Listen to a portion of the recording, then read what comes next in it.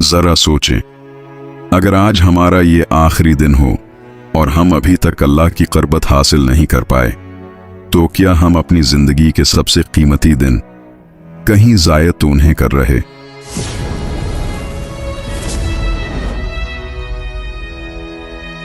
रमजान तेजी से खत्म होने वाला है।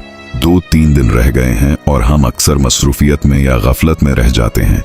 हर साल यही होता है, हम रोजे रखते हैं लेकिन दिल की सफाई, दुआओं और अल्लाह की कुर्बत में कमी रह जाती है। आज की रात शायद आखिरी मौका हो, क्या हम उसे ज़ाया तो नहीं कर रहे? जरा सोचिए, अगर यह आखिरी दिन है और हमने अभी तक अपने गुनाहों की माफी नहीं मांगी, क्या हम अल्लाह से सच्चे दिल से मांग रहे हैं? क्या हमने अपने वालिदीन के लिए दुआ की? क्या हमने अपने दिल को साफ करने की कोशिश की? अल्लाह हमें रमजान के बाकी दिनों में गफलत से बचा, हमारे गुनाहों को माफ फरमा, हमारे दिलों को सुकून अता फरमा, हमारे वालिदीन और अजीजों पर रहम फरमा।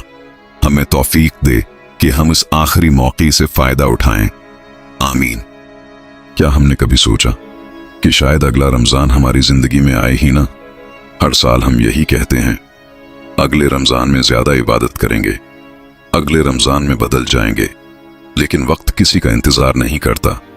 आज जो सांस हमें मिली है, ये भी अल्लाह की तरफ से एक मौका है, एक आखिरी मौका आपने रब की तरफ लौट आने का।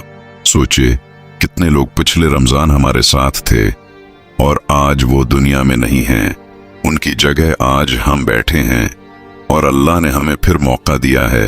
ये सिर्फ रोजा रखने का महीना नहीं, ये दिल बदलने का महीना है, ये माफी मांगने का महीना है, ये अपने रब से दोबारा जड़ने का महीना है। अगर आप चाहते हैं कि ऐसी याद दहानियां आप तक पहुंचती रहें, तो चैनल को सब्सक्राइब करें और इस वीडियो को दूसरों तक भी पहुंचाएं। शायद किसी की जिंदगी बदल जाए।